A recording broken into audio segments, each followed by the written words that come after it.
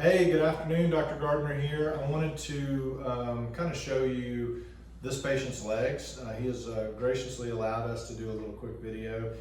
He has chronic changes in his skin that are associated with chronic venous insufficiency, superficial vein disease. So it's interesting, we see this all the time. A lot of people don't really know what it is. They're told that, hey, you got a skin condition, you need to go to the dermatologist. That's all well and good, but this is a primary vein problem and a secondary skin problem, or I should say a primary vein problem that leads to a secondary skin problem. What happens is there's so much downward pressure in these abnormal superficial veins that literally the vein is here, the red blood cells get pushed out of the vein into the soft tissue where they then rupture, and the ruptured red cells release hemoglobin. The main component of hemoglobin is iron.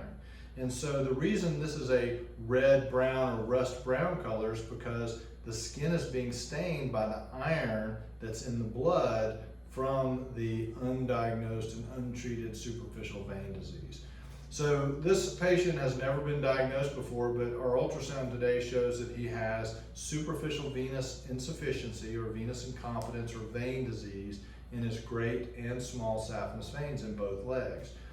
Our goal is to treat those to take the pressure off the skin, because that's the problem, is this downward flow in these problem veins allows for high pressure or venous hypertension, which allows for the secondary problem with pigment deposition and itching and all the things that go along with it. So if you don't fix this, it will continue to get worse, and that's what he's noticed is over about 10 years, this has just gradually gotten worse and worse, meaning that it started out down here and the brown pigment staining has gradually worked its way up his legs. But anyway, he's a great case. We're gonna get him fixed up, treat his veins. One, we'll get him feeling better, meaning less aching, less tiredness, less fatigue, less heaviness. Now, that's not gonna fix this, meaning that once you get the pigment changes, it's like a tattoo, it's permanent.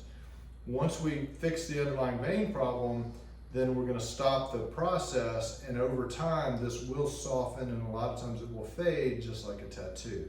But unfortunately, the discoloration is permanent or lifelong.